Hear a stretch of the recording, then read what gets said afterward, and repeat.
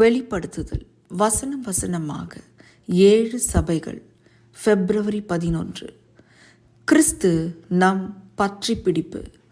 உங்களுக்குள்ளதை நான் வரும் அளவும் பற்றி கொண்டிருங்கள். வெளிப்படுத்துதல் 2 வசனம் 25.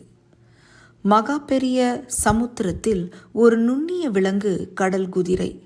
அதைவிட மோசம், அது ஒரு மீனாக இருந்தும் நன்றாக நீந்தக்கூடியது இல்லை. அதை ஈடுகட்டுகிற வகையில் கடல் குதிரையானது தன் சுரல் போன்ற வாளால் பிடிப்பகுதி என்று அழைக்கப்படுகிற ஓர் இடத்தை பற்றி பிடிக்கிறது. பெரும்பாலும் பவளப்பாறையை அவ்வாறு பிடிக்கிறது. பிடிப்பகுதிதான் கடல் குதிரையின் நங்கூரம். வலுவான கடல் நீரோட்டத்திலிருந்து அதன் உயிரை பாதுகாப்பது. தியத்தீரா சபையினரையும் இருண்ட கால விசுவாசிகள் அனைவரையும் உபத்திரவ புயலில் உள்ள மீதமானவர்கள் அனைவரையும் இயேசு பற்றி கொண்டிருங்கள் என்று அழைக்கிறார்.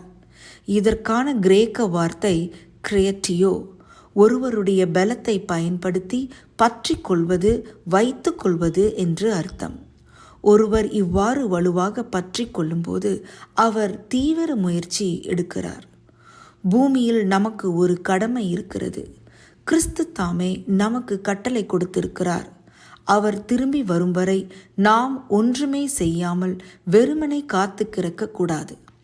நாம் நம்முடைய முழு பலத்தோடும் நித்திய சுவிசேஷத்தை பற்றி கொள்ள வேண்டும். ஒவ்வொரு அடியிலும் விசுவாசத்தை வெளிப்படுத்த வேண்டும்.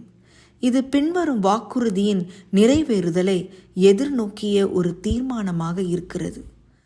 கிறிஸ்துவானவர் மகிமையின் நம்பிக்கையாக உங்களுக்குள் இருக்கிறார்.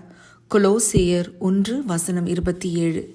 நீர் என்னை ஆசீர்வதித்தால் ஒழிய உம்மை போகவிடேன் என்று சொல்லி இரட்சகருடன் யாக்கோபு போராடியது போல அவரை ஊக்கமாக பற்றி கொள்ள வேண்டும்.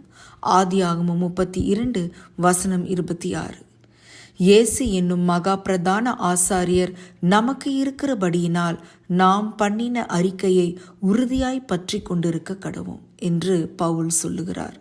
எபிரேயர் 4 வசனம் 14. அந்த நம்பிக்கை நமக்கு நிலையும் உறுதியும் திரைக்குள்ளாக போகிறதுமான ஆத்தும நங்கூரமாய் இருக்கிறது. இயேசு நித்திய பிரதான ஆசாரியரானார். அதிகாரம் 6 வசனங்கள் 19, 20. இயேசு மரணத்திலிருந்து உயிர்த்தெழுந்து பரலோக பரிசுத்த ஸ்தலத்திற்குள் பிரவேசித்தார். அவர் இப்போது அங்கே பிதாவுக்கு முன்பாக நம்முடைய வழக்கறிஞராக தம்முடைய கடமைகளை நிறைவேற்றி கொண்டிருக்கிறார். இப்போதும் தாங்கள் இரட்சிக்கப்பட விரும்புகிற ஒவ்வொரு ஆத்துமாவையும் முற்றுமுடிய இரட்சிப்பதற்காக கிறிஸ்து அனைத்தையும் செய்து கொண்டிருக்கிறார்.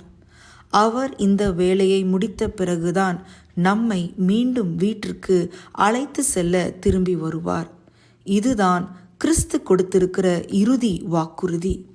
அவரது 2ஆம் வருகைத்தான் நம்முடைய மிக மேலான நம்பிக்கை. இதுவே நம் நங்கூரம். இதுவே நம் பிடிப்பு பகுதி.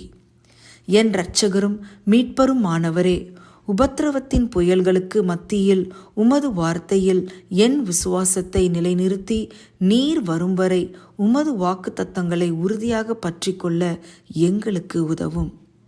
அதிக ஆராய்ச்சிக்கு ரோமர் 4 வசனங்கள் 20, 21, எபிரேயர் 10 வசனம் 23, யூதா அதிகாரங்கள் 3 மற்றும் 4. ஆமேன்.